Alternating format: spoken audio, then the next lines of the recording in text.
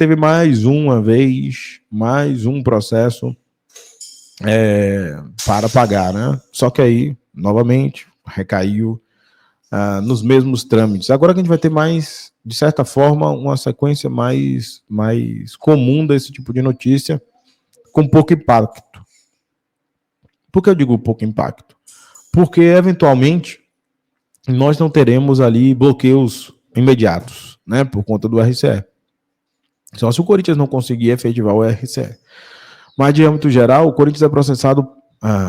o Corinthians é processado por dever 24 milhões relativos a Luan, Carille, Roger Guedes e Veríssimo. Veja de quando são as dívidas do Corinthians. O que me passa pela cabeça é: por que nunca se pagou ninguém? Por que não houve... que eu saiba, houve tentativas em tese, em teoria. Eu vou botar bem em teoria, tá? Em teoria de pagamento. Por que em teoria? Você faz ali um parcelamento, paga 2 parcelas e simplesmente esquece. E aí a multa começa a crescer, né? Então, em teoria, isso aqui tinha um objetivo de pagamento. Agora, vamos descobrir realmente se houve. Vamos lá. A empresa Talents Sports, do agente Paulo Pitombeira, moveu nesta quinta-feira 3 processos na justiça contra o Corinthians. As ações totalizam 24,1 milhões de reais. As dívidas do Corinthians com o empresário são referentes a comissionamentos por intermediar as contratações do zagueiro Lucas Veríssimo, dos atacantes Roger Guedes e Luan, além do técnico Fábio Carille. Ele também cobra direitos de imagem de Luan. As dívidas foram contraídas nas gestões dos presidentes André Sanches e do William Monteiro Alves. Mas para o Tuma foi tudo bem, né? Parabéns ao Tuminha. Ele foi um ótimo gestor. Paulo Pitombeira mantém boa relação com a atual diretoria alvinegra. A decisão de buscar a justiça foi alinhada previamente entre o agente e a diretoria do clube, assim como já havia acontecido com os empresários Juliano Bertolucci e Will Dantas. A intenção é que ele seja incluído no regime centralizado de execuções, plano do Corinthians para pagar parte de sua dívida de forma parcelada ao longo de 10 anos. Entenda a composição da dívida. Olha como é que foi, olha como é que são as coisas. Vai vendo. Por que o Corinthians está nessa situação de 2 bilhões? É por isso aqui, velho. Veja o tamanho da dívida e quanto ele está cobrando hoje, né? Olha lá. Talents Sports, uma das grandes empresas do segmento de agenciamento esportivo no Brasil, move 3 ações contra o Corinthians. A principal delas tem 19,4 milhões referentes a... Olha o que eles estão cobrando. 550 mil pela intermediação da contratação de Fábio Carille em 2018. Em tese, isso daí está prescrito.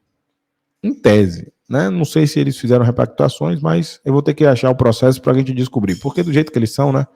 Obviamente, né? Mas tudo bem. 4,4 milhões pela intermediação do Luan, 2019. E tem 5 milhões e 500, né, pela intermediação da contratação de Roger Guedes, 2021. Em 2022, a dívida que era de 10 milhões, né, foi repactuada. É isso mesmo. Voltaram a repactuar. Em 15,600. Não, era 10 milhões. Né? Juntando isso daqui, faz a continha aqui, ó, 10 milhões e 400 pelas dívidas. Em 2022, repactuou. Vale ressaltar, tá? As repactuações que eu tenho era de 23. Essa eu não peguei ainda. Eu quero fazer o fio do William Monteiro Alves para fazer a repactuação do André Cury. Eu acho que vou fazer fio lá no X, só de repactuações da era do Corinthians. Em 2022, a dívida que era de 10,7 milhões, 10 milhões 470, né, mil foi repactuada em 15 milhões e 600. O Corinthians quitaria o valor em 12 prestações, sendo a última em dezembro de 24, ou seja, em 2022, ia colocar lá para 2024, ou seja, ia botar nas costas do Augusto Melo do mesmo jeito. Porém, nada foi pago. Já falei para vocês. A minha grande dúvida, e que ninguém pergunta para ninguém no Corinthians, era: quando foi feitas essas repactuações, o Corinthians tinha caixa, fluxo de caixa, capacidade financeira de arcar. Se tinha essa capacidade financeira, por que o Corinthians não pagou? Porque É evidente que um dos questionamentos mais proeminentes sobre isso é: para que fazer repactuação? E aí está muito claro, ele quebrou a prescrição. Quando ele repactuou, ele fez uma nova ação, e quando ele faz uma nova ação, uma nova dívida, então o que era de 2018, 2019, 2021, vira uma nova dívida com origem em 2022, portanto, livre da prescrição. Ele rompeu. É benéfico para o Corinthians por qual motivo? Porque ele não seria bloqueado em 22. Era só por isso. Então ele faz uma repactuação quebrando a prescrição. Ele quebrou a prescrição em 22, fez o parcelamento até dezembro de 24. O Peitobeira não recebeu esse valor em 24 do Augusto Melo. Não recebeu em 20, não recebeu em 23. Porque ele entraria, claro, neste caso é o RCE, mas por que ele não entrou antes? Por que deixou a dívida crescer? Porque era interessante. Uma dívida que começa com 10 milhões, por algo que você já fez, vira 19. Um pouco mais de 2 anos da repactuação. Veja, olha bem como é que foi. Essa dívida toda era 10 milhões, começou em 18, 19 e 21. De 22 para 24 agora, né? 25, vamos dizer que foi para 25, vamos botar ali. Em 3 anos, quase 100%. De novo. De novo, estamos falando de 100%. 100%. Pela segunda vez. É o Fundo de Investimento Corinthians. É o FIC. Né? Fundo de Investimento Corinthians. Então, vai lá. Em 22, a dívida era de 10 milhões, foi para 15. O Corinthians quitaria em 12 prestações, sendo a última em dezembro de 24, porém, nada foi pago. E agora, o valor saltou para 19,4 devido a multas e juros.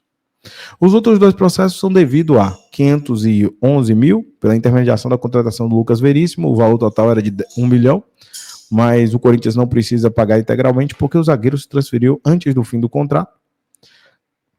4 milhões pelos direitos de imagem de Luan. O valor acordado foi de 3,5 milhões e o clube pagou apenas a primeira prestação de 230 mil, depois virou isso daqui. O valor também subiu devido a juros e multa.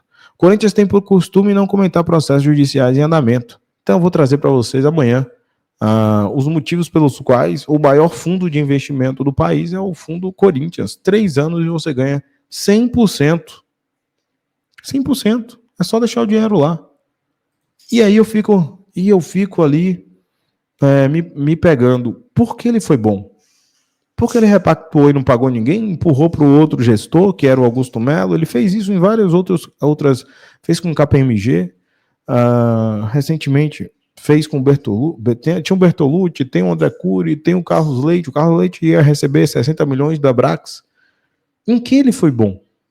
O que a gente mudou na prática de repactuações e não pagamento? Nada. As dívidas que eram de 10 viraram...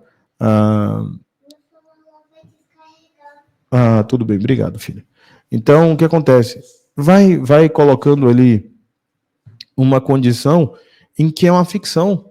Todos os contratos de repactuação no Corinthians têm uma finalidade. Uma ficção. Nenhuma delas tem ou tiveram ali um objetivo claro de pagamento. Nada. Então é muito fácil alguém te dizer que o Duílio foi um cara que pagou a dívida do Corinthians. O Corinthians não pagou nenhum dos seus empresários. Então, para onde foi o dinheiro? Porque não pagava jogador, não pagava time de futebol e não pagava empresário. A quem ele pagava? Ou as receitas eram muito aquém do que, de certa forma, foi dito, ou alguma coisa deixou de ser passado para as obrigações corintianas.